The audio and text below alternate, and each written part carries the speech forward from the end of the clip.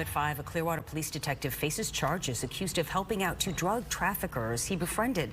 The Pinellas County Sheriff says the officer betrayed the trust of the community. And risked lives in the process. As Fox 13's Aaron Mesmer reports, this officer is now behind bars.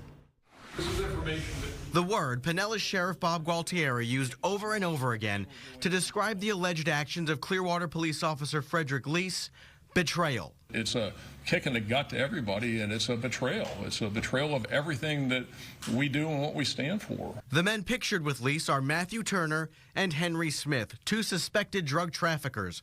The sheriff says Lise is a narcotics detective who befriended Turner and Smith. His loyalty, his allegiance were to these people. Not to his fellow Clearwater police officers, whom Lise also represented as union president, according to investigators.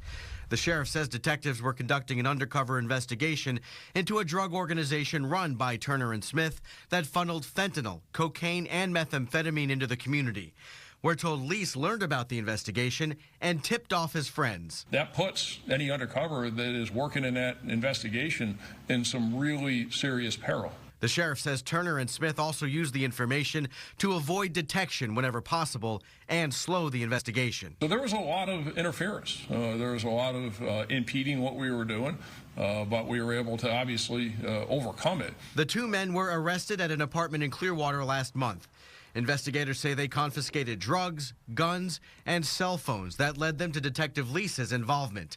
He was arrested Tuesday at the Clearwater Police Department, where he had worked for 9 years. It appears he put the interests of drug traffickers over those interests in his own officers.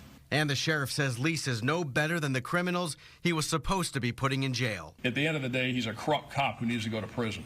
In Pinellas County, Aaron Mesmer, Fox 13 News. Detective Lise is facing 8 felony public corruption charges. We're told he is currently on administrative leave during the investigation.